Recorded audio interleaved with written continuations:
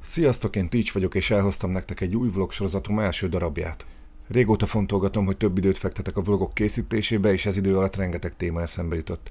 Végül feltettem magamnak a kérdést, miért ne foglalkoznék azzal, ami több mint 20 éve a legjobban érdekel. És az pedig nem más, mint a hip-hop. Ez a sorozat azokkal a legendákkal fog foglalkozni, akik nagyban meghatározták az én életemet is, és még több millió másik ember életét is. Nem tagadom, hogy ennél a résznél eléggé elfogult voltam, hiszen nem másról fog szólni, mint Tupac Amaru Shakurról. Egyrészt azért is, mert az ő zenéje volt az, ami engem egy mozdulattal rántott be a hip-hop világába, másrészt pedig azért, mert kétségkívül a hip-hop egyik legnagyobb alakja volt. Mint karakter, mint személyiség, mint rapper, mint forradalmár, és végül mint legenda.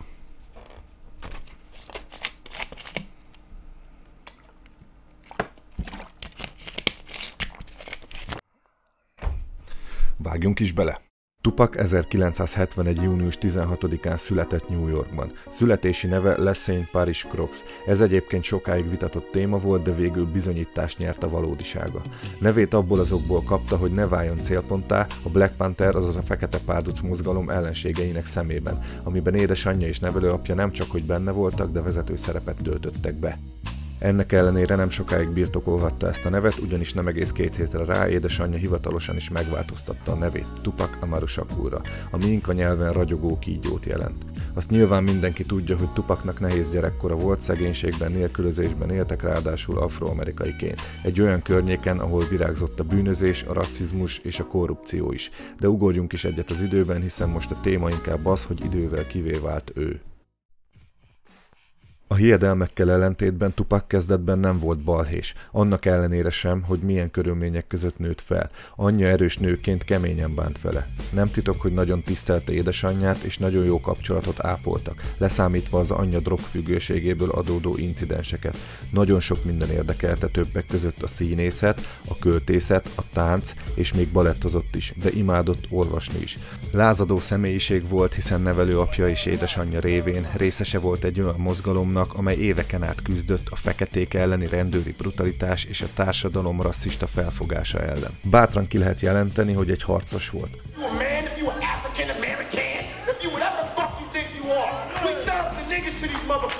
Anyja és a körülmények azzá tették, ezt értsd úgy, hogy később nem csak rapszövegeiben adott hangot identitásának, hanem tetteiben is. Komoly megmozdulásokat tett, elsősorban a feketék és a szegényebb rétegek helyzetének javulásáért. Számtalanszor fel is szólalt ezekért az eszmékért, szövegeiben pedig a lehető legrealisztikusabban próbálta szemléltetni a nyers valóságot. Ebből nem is egyszer született problémája. Zenei karrierje mondhatni elég korán elkezdődött. Mindössze 20 éves múlt, amikor az első lemeze, a Tupacalypse Now megjelent. Mondanom sem kell, hogy nagy port kavart Amerika szerte nyers mondani valója miatt, mivel egyenesen nekiment az amerikai társadalom egészének. Politika, szegénység, rendőri brutalitás, rasszizmus, fiatalkori terhesség és a mindennapos gyilkosságokról is rappelt. Persze mindközül leginkább a politika ellenes szövegek miatt került célkeresztbe. A szomorú az egészben az, hogy ő csak hozta, amiben felnőtt és ami körülvette. Ez a lemez rengeteg ma ismert rappert inspirált, nem beszélve a sok ezer emberről, akik átérezték sorait, de akadtak olyanok is, akik egy az egyben félreértelmezték a szövegeit, és sajnos több gyilkosság és rendőrgyilkosság is történt, amikben a tettesek Tupacalypse Now-ot hozták fel kiváltó okként. Ismert eset az is, amikor tüntetéseket szerveztek, és azért vásároltak fel nagy mennyiségben Tupac lemezeket, hogy azokat nyilvánosan tapossák és törjék szét.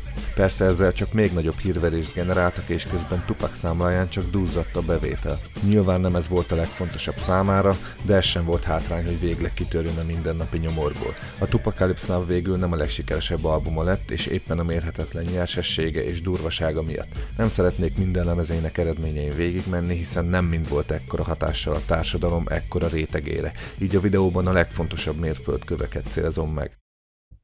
Bizony idővel Tupac botrányhőssé is vált, és szerintem butaság lenne kijelenteni, hogy ő ezt nem élvezte akár csak egy percig se, hiszen egy harcos volt, egy forradalmár, akinek szinte mindent tette ebbe az irányba mutatott.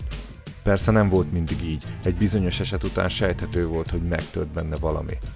Volt az az ominózus eset, amikor ő maga is rendőri brutalitás áldozata lett, csupán azért, mert fekete. Egy igazoltatás során Tupac átadta a rendőrök kérésére személyigazolványát, ők pedig megkérdőjelezték nevének valódiságát, ezért szóváltásba keveredtek, aminek az eredménye elég súlyos és látványos sérülés lett. Majd ahelyett, hogy kórházba szállították volna, kattant a bilincs, ellenállás címszóval. Ezek után Tupac perelt.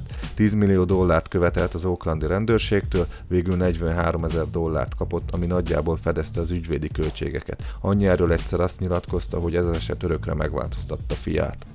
1993 újabb rendőri incidens. Tupac és cimborái belefutottak 2 szolgálaton kívüli részeg rendőrbe, akik állításuk szerint faji hovatartozásukra tettek sértő megjegyzéseket, amiből nem kis balhé kerekedett. Ugyanis az eset lövöldözésbe torkollott, ahol a szemtanúk szerint Tupac vissza is lőtt a rendőrökre. Az egyiket a hátán, a másikat a hasán találta el. Tupacot végül felmentették a vádak alól, önvédelemre hivatkozva. Az ügyben egyébként az egyik rendőr majdnem végig hazudott, mert az ügy lezárta előtt bevallotta, hogy ő lőtte először. Erről az esetről egyébként mindig burkoltan nyilatkoztak, hiszen nem vetett jó fényt az amerikai rendőrségre. De ezzel még nincs vége. Szintén 93-ban egy 19 éves rajongója szexuális zaklatás vágyával feljelentette Tupacot és 3 társát. Majd a nyomozás során a szállodai szobában, ahol az eset történt, 2 fegyvert is találtak, így a vád 3 rendbeli elsőfokú szexuális zaklatás és illegális lőfegyver birtoklás lett.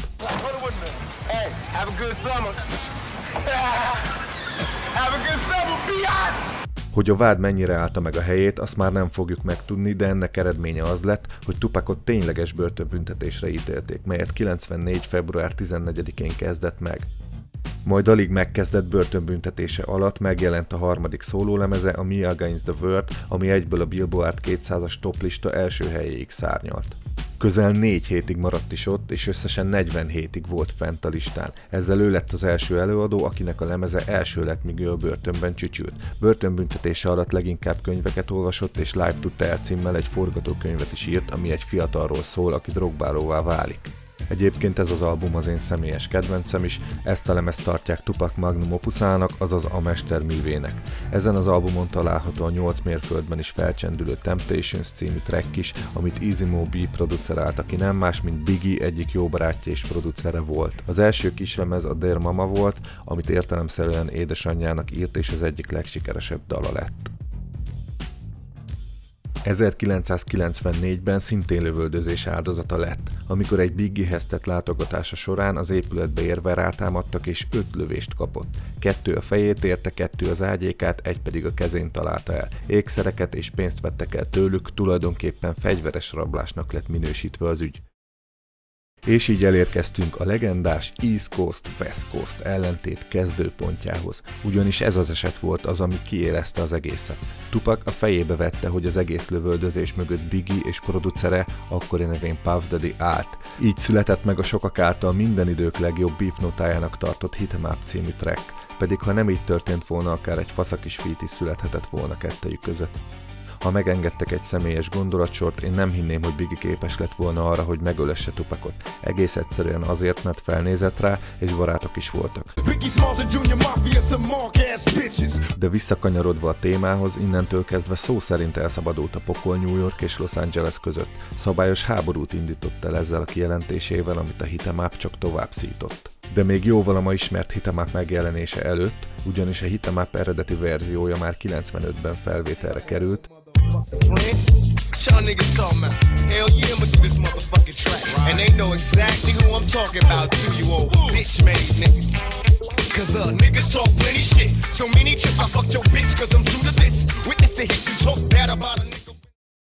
Tupacot, ahogy már említettem, végül elítélték szexuális zaklatás ügyében, 4,5 évet kapott. Börtönbüntetés letöltése közben kereste meg Suge Knight, aki felajánlotta, hogy leteszi az óvadékot, amennyiben aláír neki egy 3 albumra szóló lemezszerződést. Suge maga is botrányhős volt, így erősen szimpatizálhatott Tupaccal. Suge hírhedt bűnöző volt, és akkoriban a legjelentősebb West Coast előadók az ő kiadójánál, a Death Row-nál voltak. Snoop Doggy Dogg, Dr. Dre, a The Dogg Pound vagy a kevésbé ismert Lady of Rage, így Tupac hamar bekerült a West Coast körforgásba. Innen jelent meg a következő legendás albuma, az All Eyes on Me 96-ban, ami a világ első dupla lemezes rap albuma lett, és a mai napig az egyik legmeghatározóbb rap lemeznek tartják, amit a keleti parton is sokan elismernek. Ez a lemez minden idők legjobb 500 albuma toplistáján is szerepelt. Innentől kezdve valószínűleg Suge erőszakos természetéből adódóan Tupac szinte kereste a bajt. Nagyon nem merülnék bele az ott eltöltött időszakba, mert az talán a legismertebb mindenki számára. De érdekesség, hogy Pac ott akarta hagyni a Death Row-ot, mire Suge kitalálta, hogy hozzák létre a Death Row East-et, ami Tupac irányítása alá került volna. Pac ebbe bele is ment, de én valahol ebben a dologban azt érzem, hogy halvány félelem is hozzásegítette ebben a döntésében, mert Suge tényleg nem volt egyszerű alak. De bárhogy is történt, a Death Row East végül nem jött létre, mert még ebben az évben 96. szeptember 7-én 23 óra 15 perckor megtörtént a tragédia. Majd pedig 6 napos kórházi küzdelem után 96. szeptember 13-án délután 4 óra 3 perckor életét vesztette.